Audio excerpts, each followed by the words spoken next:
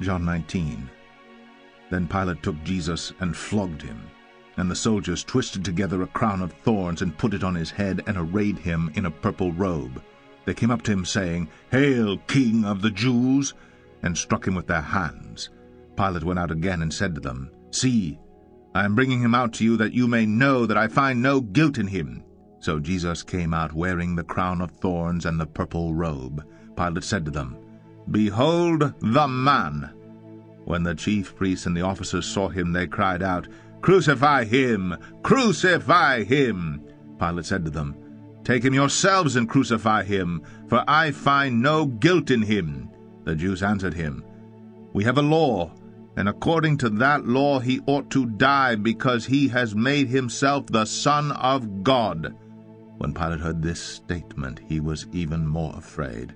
He entered his headquarters again and said to Jesus, "Where are you from?" But Jesus gave him no answer. So Pilate said to him, "You will not speak to me? Do you not know that I have authority to release you and authority to crucify you?" Jesus answered him, "You would have no authority over me at all, unless it had been given you from above. Therefore he who delivered me over to you has the greater sin." From then on Pilate sought to release him. But the Jews cried out, "If you release this man, you are not Caesar's friend. Everyone who makes himself a king opposes Caesar." So when Pilate heard these words, he brought Jesus out and sat down on the judgment seat at a place called the Stone Pavement, and in Aramaic, Gabbatha. Now it was the day of preparation of the Passover. It was about the 6th hour. He said to the Jews, "Behold your king!" They cried out, "Away with him! Away with him! Crucify him!" Pilate said to them, "Shall I crucify your king?" The chief priests answered, "We have no king but Caesar." So he delivered him over to them to be crucified. So they took Jesus, and he went out bearing his own cross to the place called the Place of a Skull, which in Aramaic is called Golgotha. There they crucified him, and with him 2 others, one on either side, and Jesus between them. Pilate also wrote an inscription and put it on the cross. It read, "Jesus of Nazareth, the King of the Jews." Many of the Jews read this inscription, for the place where Jesus was crucified was near the city, and it was written in Aramaic, in Latin, and in Greek. So the chief priests of the Jews said to Pilate, "Do not write the King of the Jews, but rather this man said, 'I am King of the Jews.'" Pilate answered, "What I have written, I have written." When the soldiers had crucified Jesus, they took his garments and divided them into 4 parts, 1 part for each soldier, also his tunic. But the tunic was seamless, woven in one piece from top to bottom. So they said to one another, "Let us not tear it, but cast lots for it to see whose it shall be." This was to fulfill the scripture which says, "They divided my garments among them, and for my clothing they cast lots." So the soldiers did these things.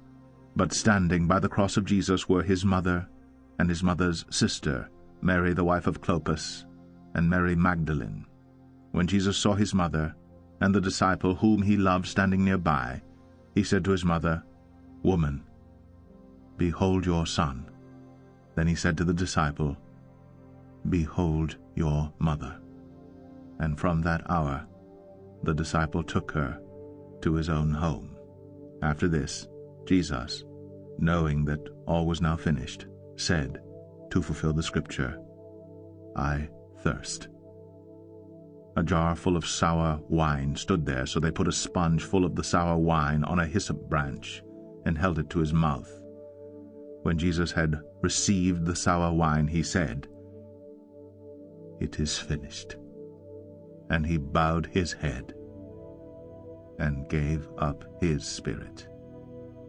Since it was the day of preparation, and so that the bodies would not remain on the cross on the Sabbath, for that Sabbath was a high day. The Jews asked Pilate that their legs might be broken and that they might be taken away. So the soldiers came and broke the legs of the first, and of the other who had been crucified with him. But when they came to Jesus and saw that he was already dead, they did not break his legs. But one of the soldiers pierced his side with a spear, and at once there came out blood and water. He who saw it has borne witness. His testimony is true, and he knows that he is telling the truth, that you also may believe. For these things took place that the scripture might be fulfilled. Not one of his bones will be broken. And again another scripture says, they will look on him whom they have pierced. After these things, Joseph of Arimathea, who was a disciple of Jesus, but secretly, for fear of the Jews, asked Pilate that he might take away the body of Jesus. And Pilate gave him permission. So he came and took away his body.